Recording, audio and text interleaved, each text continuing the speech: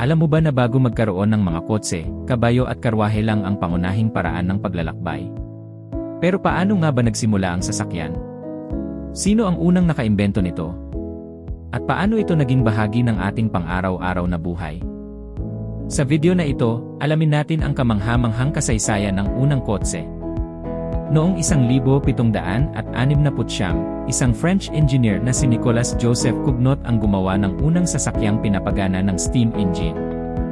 Isa itong mabigat at mabagal na sasakyan na kayang umandar ng walang kabayo. Bagamat hindi ito naging praktikal, ito ang naging unang hakbang sa paglikha ng modernong sasakyan.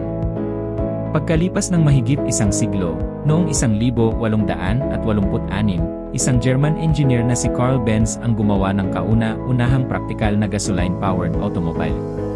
Tinawag itong Benz Patent Motorwagen at kinikilala ito bilang unang modernong kotse sa mundo.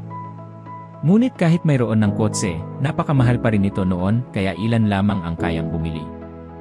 Noong 1908, binago ni Henry Ford ang kasaysayan sa pamamagitan ng Ford Model na gumamit siya ng assembly line, isang mas mabilis at mas murang paraan ng paggawa ng sasakyan. Dahil dito, naging abot kaya ang kotse para sa maraming pamilya. Mula noon, mabilis nang umunlad ang teknolohiya ng mga sasakyan.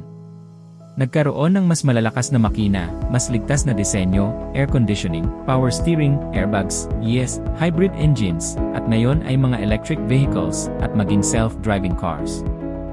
Mula sa mabagal na steam-powered carriage hanggang sa makabagong electric cars, napakalayo na ng narating ng teknolohiya ng sasakyan.